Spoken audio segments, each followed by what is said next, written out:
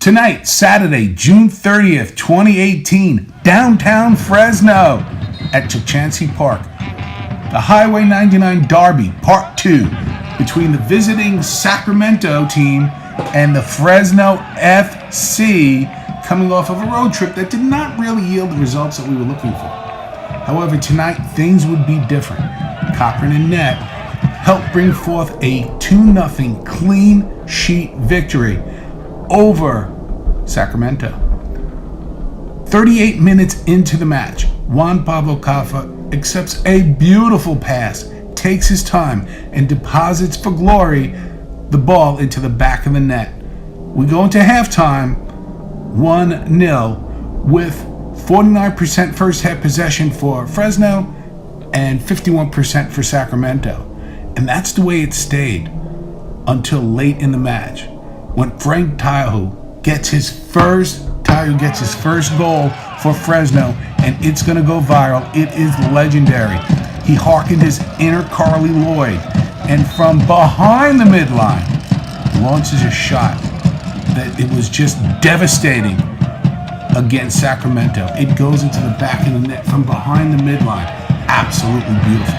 So after the match, 2-0 win, we talked to Coach Adam Smith, and then we listen as Juan Pablo Caffa in Espanol talks to us reporters about the match. You guys score first, you're unbeaten, and you do it again today. So tell the story. What are you thinking? Well, that was in the team talk. We wanted to try and score first. You always want to try and score first. But to be honest, I think the stats across the board for any team are pretty high. If you score first, there's a good chance you're either going to tie or win the game.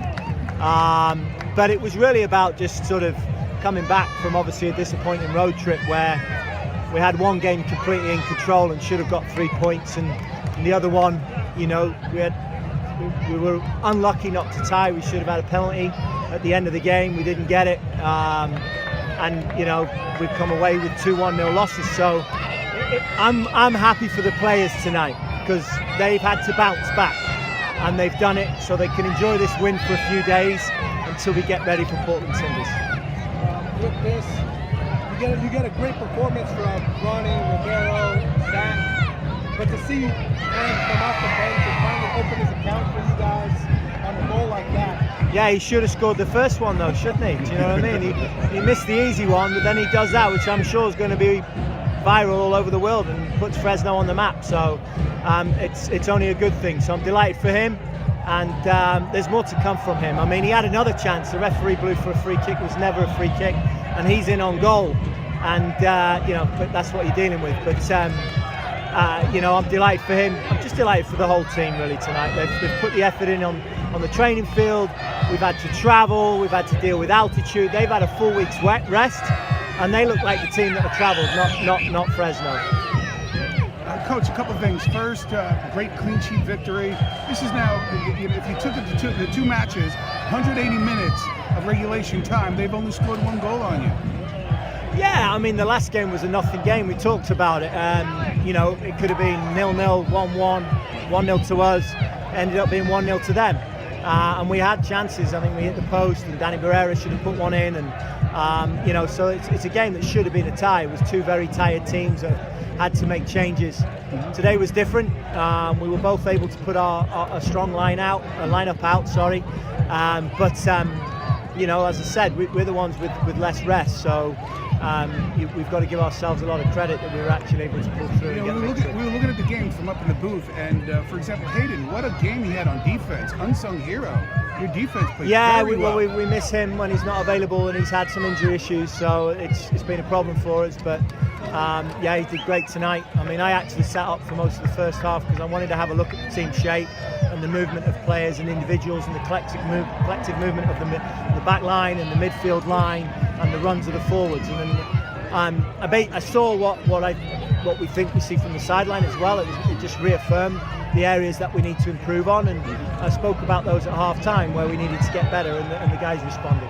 If you can, just talk a little bit about Cochran in net tonight. He turned away some nice shots, kept control. Yeah, he's a good goalkeeper. You know, Kyle Rainish had a very good game at the weekend as well against Salt Lake, made some key saves. They're different types of goalkeeper, but we're fortunate to have them both.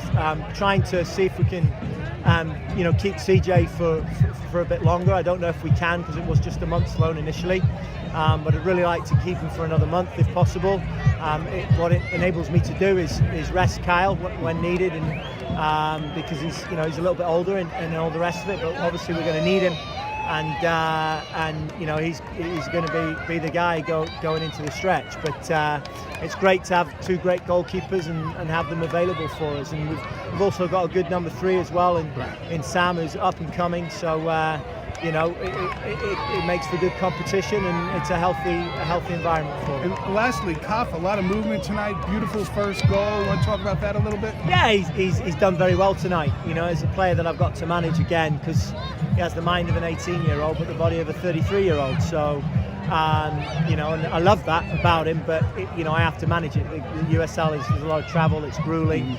No rest in between games. I think fortunately we now get a bit of rest in between, and we're able to enjoy that and give the guys a few days off, and they've deserved it. But you know, he's a pro, so he'll be ready for the next one as well. Well, we look forward to seeing you at the next homestand again, and have a happy 4th. Thanks if we don't very see much. Before then. Thanks, guys. Thanks a lot. Mejor amigo y tenía una carga muy pesada. Perdón.